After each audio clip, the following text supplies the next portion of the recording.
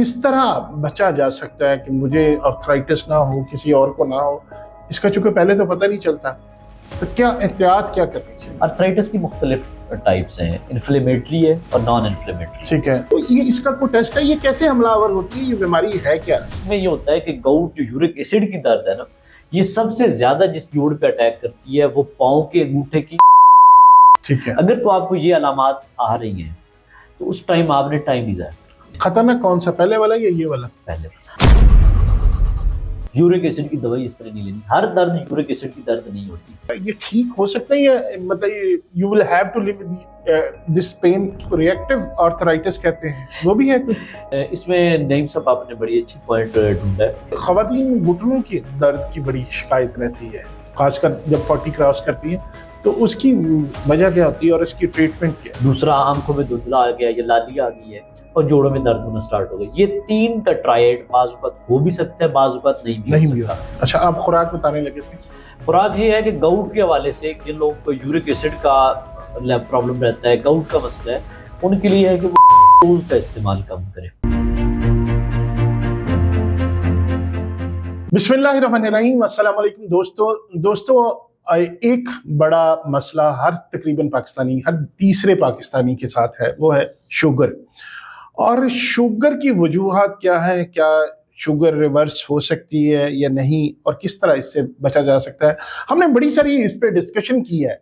बड़े सारे डॉक्टर हजरात हमारे साथ आए, हमारे दोस्त है, मोहतरम है, बल्कि हमने कई हुक्मा हजरात को भी बुलाया, हकीम साहब भी तशरीफ लाए और बड़ी अपनी अपनी राय दी। लेकिन आज शुगर के स्पेशलिस्ट डॉक्टर साहब हमारे साथ मौजूद हैं, जिना हॉस्पिटल में जॉब भी करते हैं और स्पेशलाइज्ड हैं। उनसे हमने दो टॉपिक्स पे बात करनी है। मेडिसिन के प्रोफेसर हैं जी, एसोसिएट प्रोफेसर है, और FCPS किया हुआ है, और एक इंग्लैंड की डिग्री होती है MRCP, एक वो भी उन्होंने की हुई है। बड़े पढ़े लिखे डॉक्टर हैं।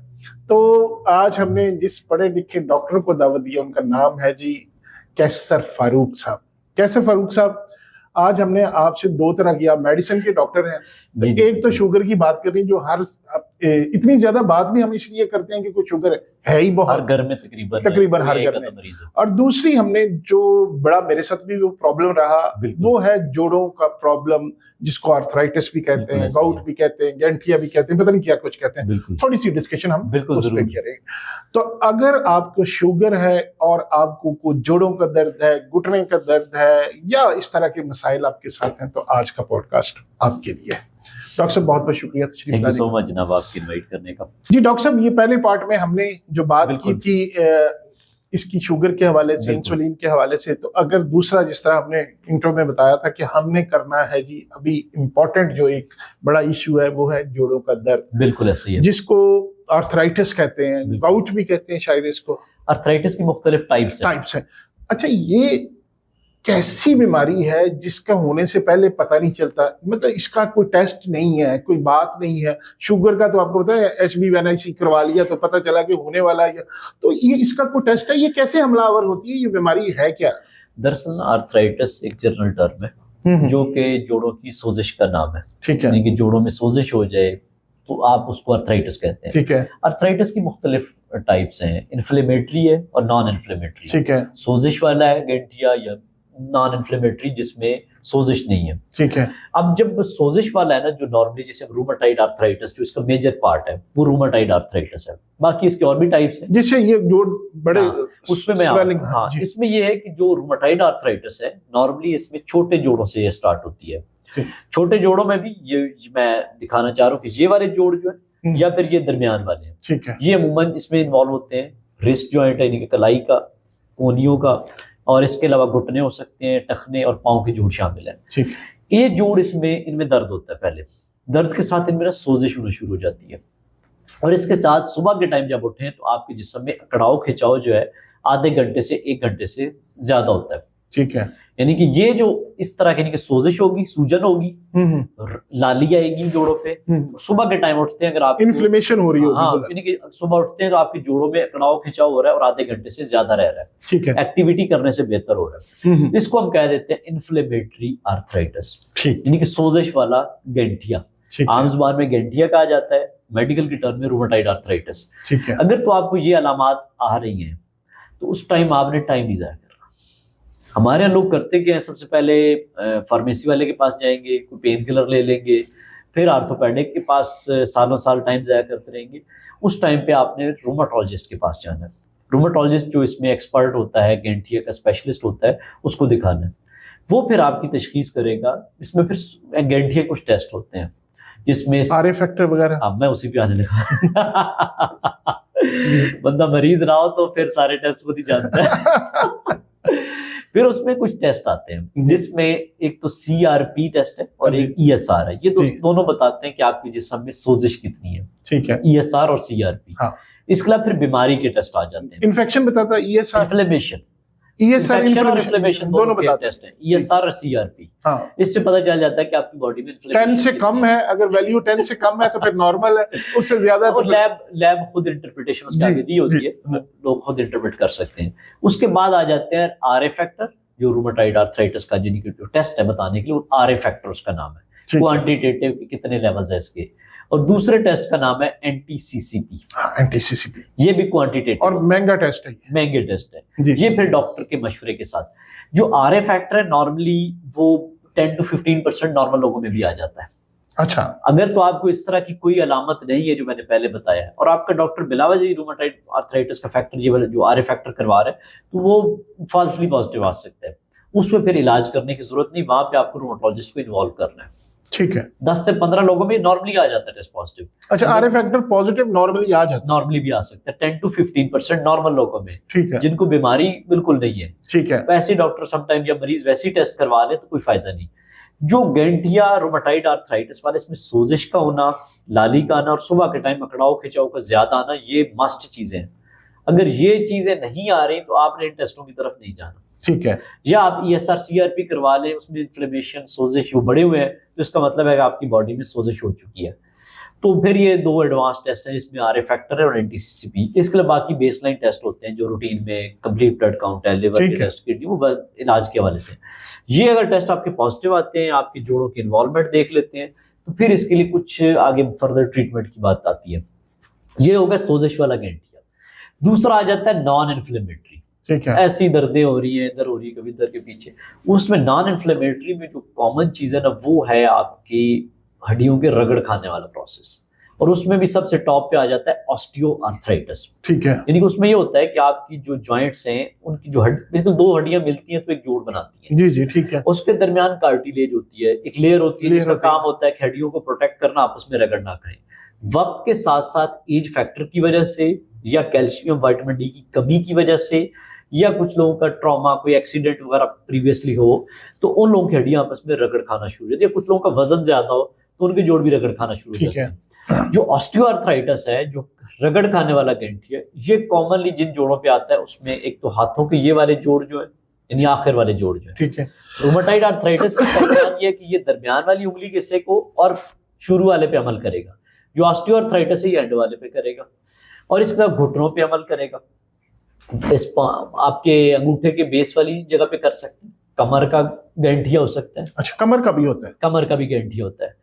और इसके घुटनों की मैंने बात की, तो ये कॉमनली इसमें ऑस्टियोआर्थराइटिस में आते हैं। खतरनाक कौन सा, पहले वाला या ये वाला? पहले वाला। अच्छा, ठीक है। पहले वाला भी कमर का गैंठिया करवाता है। ठीक है। वो नॉर्मली 45 साल से एज कम होती है, और उसमें भी यही है कि दर्द होगा, लेकिन वो एक्टिविटी से बेहतर हो जाता है। जो सोजिश वाला गैंठिया, इसकी पहचान ये है कि ये आपके चलने फिरने से बेहतर हो जाता है। जो रूमेटाइड है या एनकाइलोजिक स्पॉन्डिलाइटिस है, या फिर जो दूसरे सोजिश वाले गैंठिया, मुख्तलिफ टाइप्स हैं। लोग शायद कंफ्यूज हो जाएंगे, मैं जब सोजिश का लफ्ज इस्तेमाल कर रहा हूँ।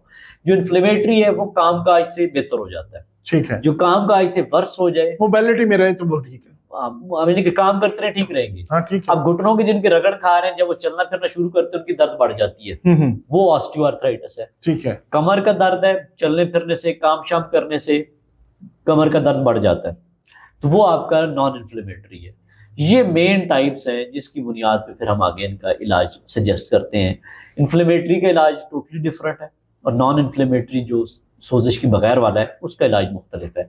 एक टाइप है गाउट, जिसका आप जिक्र कर रहे थे। गाउट बेसिकली यूरिक एसिड के साथ अटैच है। ओके। हमारे यहाँ लोग हर दर्द को यूरिक एसिड के साथ अटैच कर लेते हैं।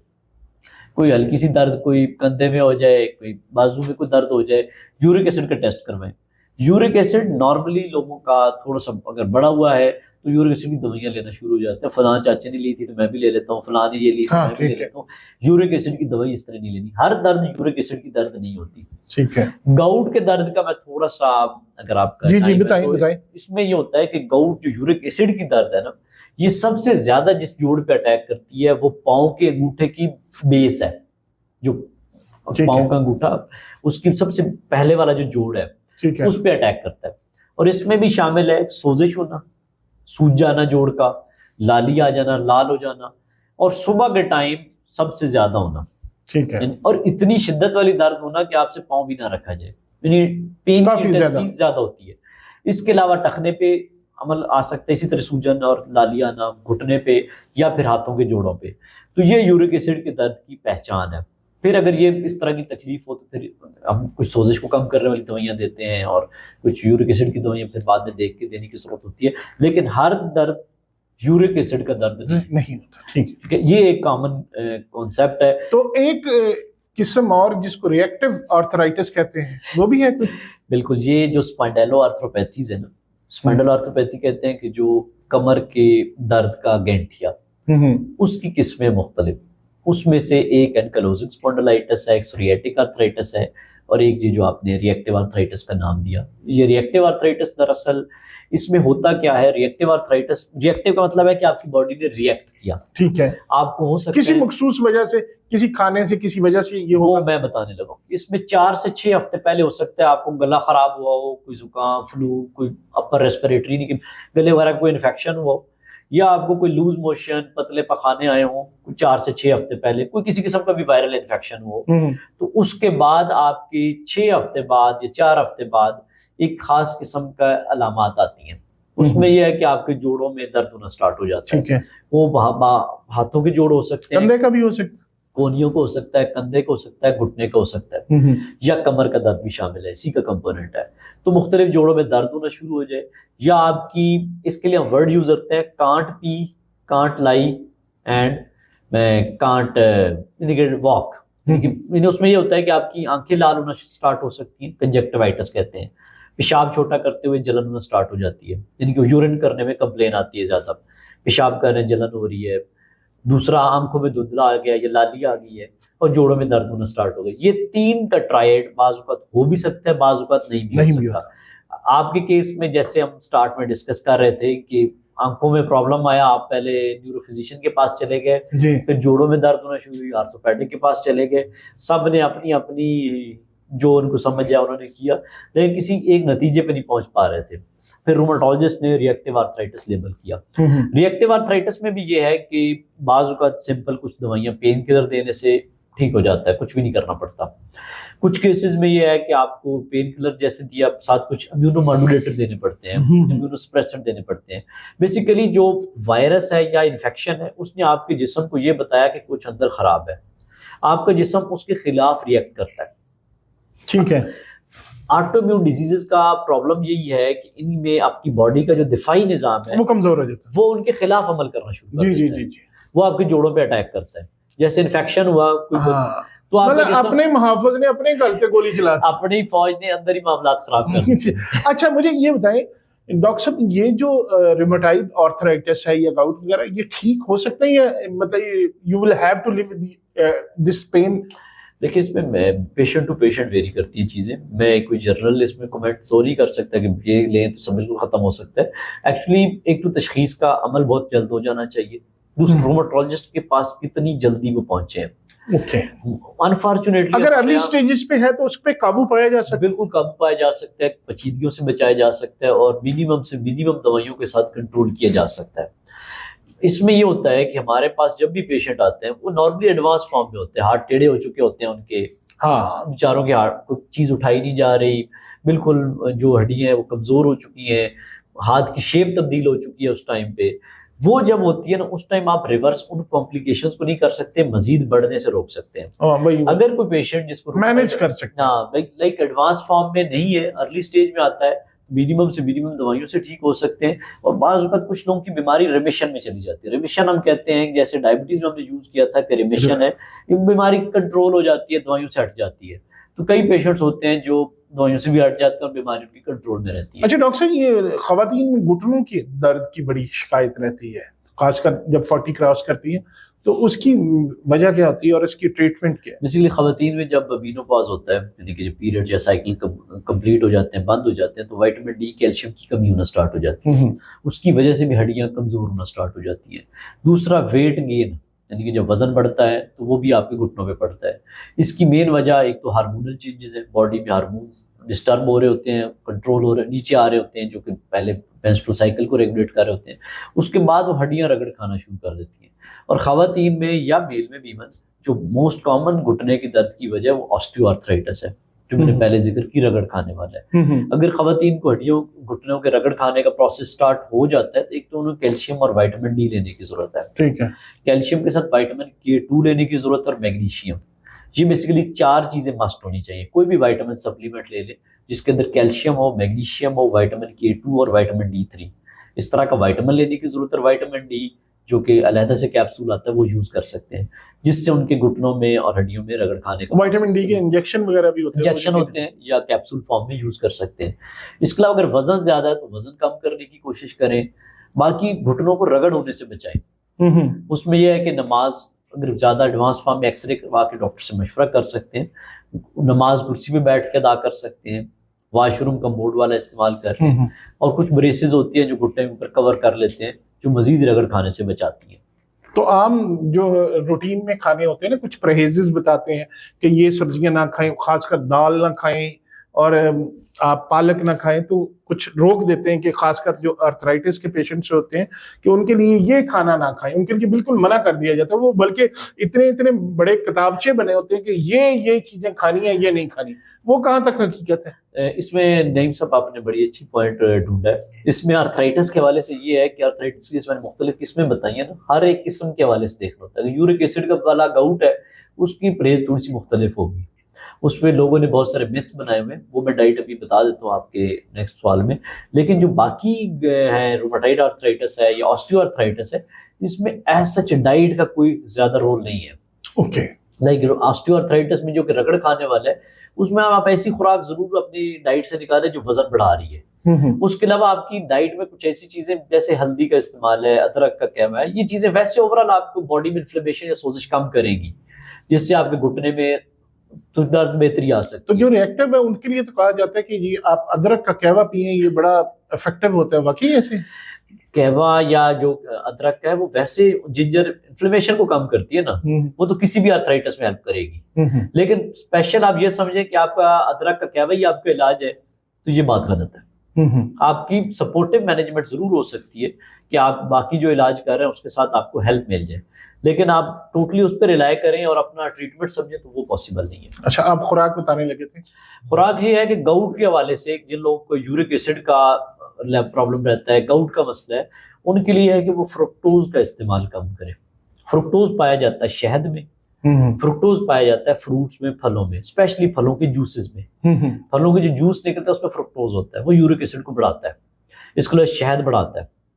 इसके अलावा थर्ड कैटेगरी आ जाती है बीफ और मटन की, उसमें से प्यूरीज निकलते हैं।